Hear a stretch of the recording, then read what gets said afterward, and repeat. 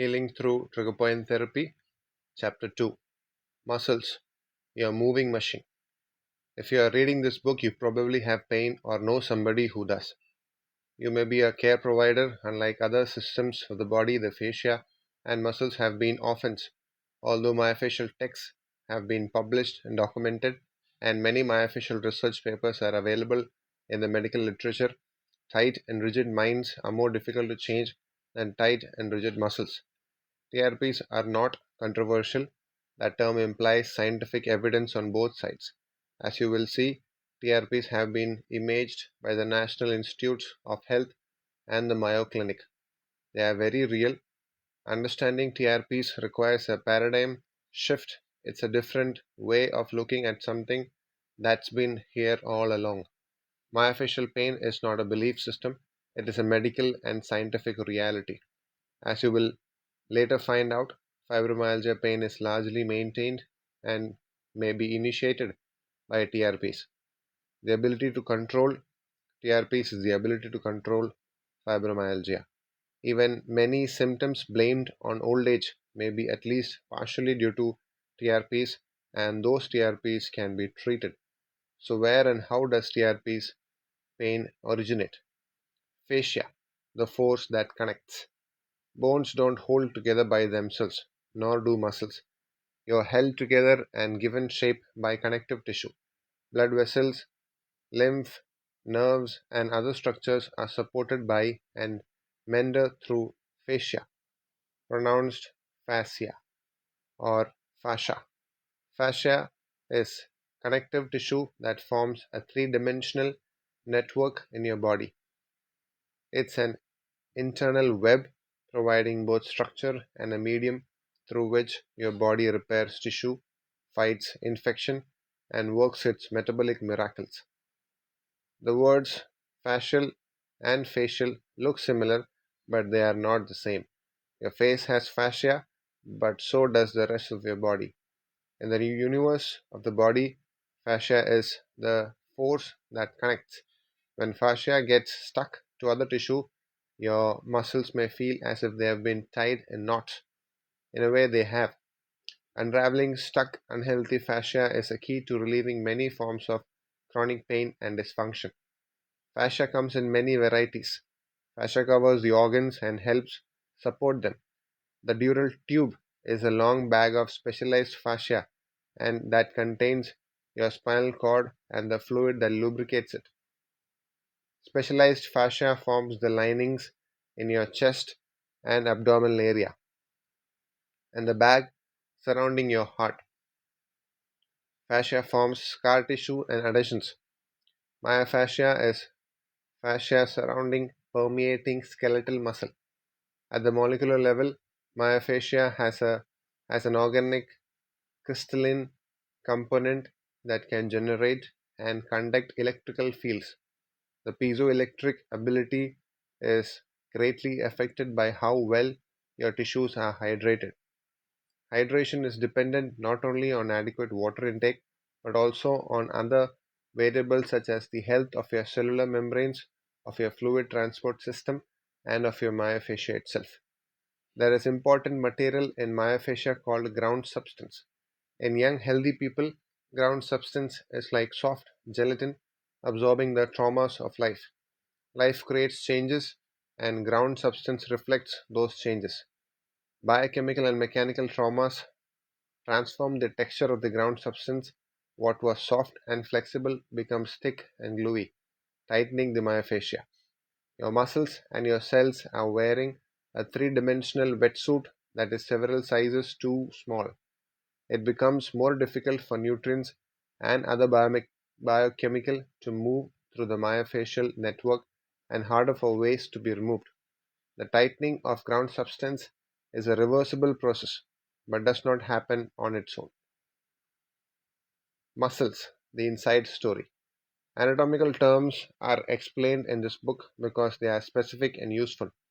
Medical appointments can be more efficient when patients arrive, book in hand, saying, I have a typical gluteus minimus pain pattern, just like on this page, rather than a vague, my hip and leg ache.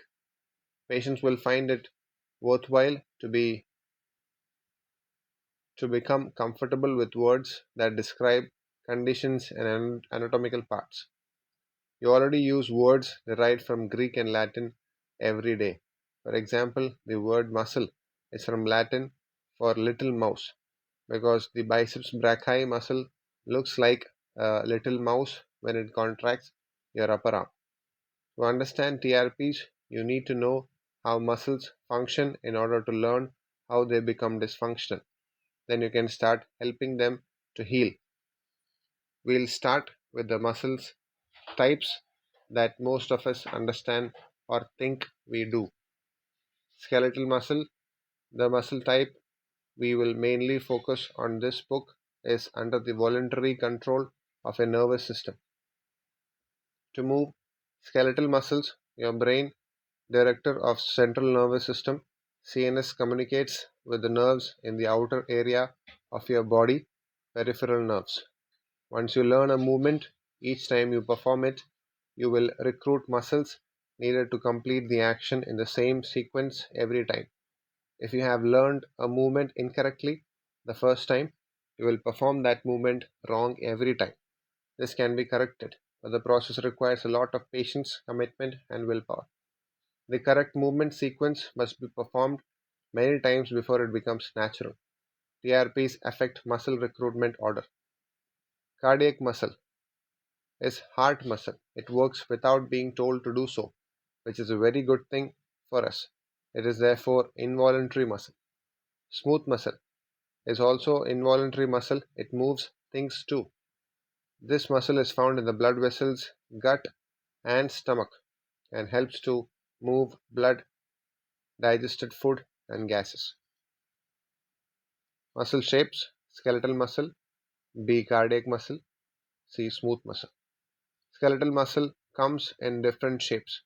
It's formed of muscle fibers, and the direction of those fibers helps fingers identify the muscle and the kind of work it does. Each skeletal muscle is infiltrated by myofascia.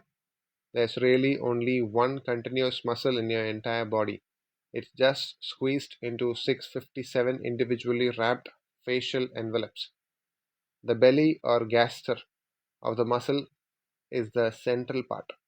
Where the muscle fibers end, the sticky myofascia forms ropes called tendons that attach the muscles to wherever they belong. Tendons have a limited blood supply, so they look pale compared to muscles, and they heal much more slowly. Tendons link muscles to the lining of the bone by becoming periosteum. The periosteum is the fascia of the skeletal system. It covers all of the bone except for the joint cartilage. Tendons come in assorted sizes and shapes, with a great deal of variation, just as muscles do. Some tendons are big flat sheets that can cover large expanses of your body.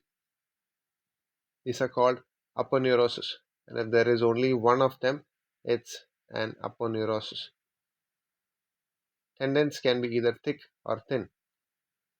There are also areas where the muscle bag blends right in with the tendon. Those tendons are called raphe, from the Greek meaning a seam. You can see these tendon types in the finger opposite. Ligaments also come in sheets or bands, and they connect bones to other bones. These are only some of the types of connective tissue in the body. The body is an ecosystem of its own. Everything is connected to everything else. Muscle attachments: bone, tendon, muscle bundle of fibers. Tendon,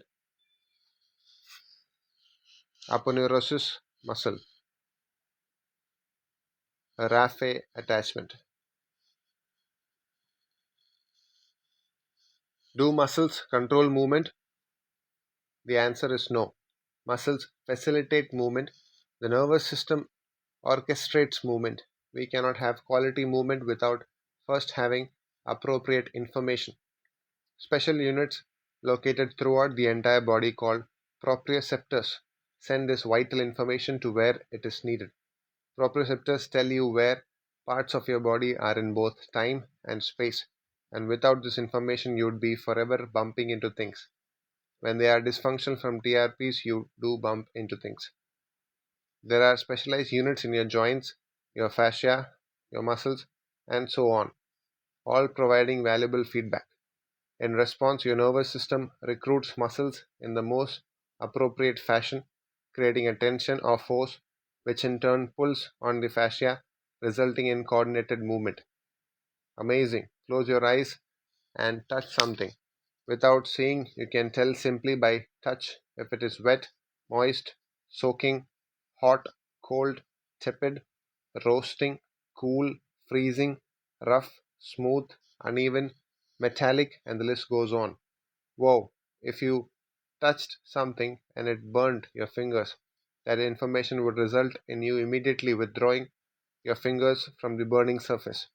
This is an example of how the nervous system controls movement. A muscle doesn't function alone. Muscles function in synergies. A synergy is the interaction of two or more cooperating groups of or forces so that their combined effect is greater than the sum of their individual abilities. Muscles can only pull, they cannot push. When one or more muscles lengthen, the opposite of those muscles shorten. These synergies work in conjunction with other systems. Tendons and ligaments move as well, supporting, protecting, and acting as part of the team. Motor coordination requires the integration of a vast number of communications. Messages are continuously traveling throughout the body and mind, following the simple acts that we take for granted, such as standing up, walking, and sitting down. These actions require not only the health of the individual components of the systems, but also the coordination of communication among the systems. The brain must be able to talk to the muscles. The sensory receptors in the muscles must be able to integrate those messages with other sensory input and then provide feedback to the brain. Muscles have sensory units called muscle spindles that are a key component in this feedback system. Muscle spindles respond to muscle lengthening, sending information including how fast the muscle is lengthening and if the muscle is being held in the lengthened position. TRPs can disrupt the system of synergic action by affecting proprioception. Muscle cells are long cylindrical fibers wrapped in myofascia.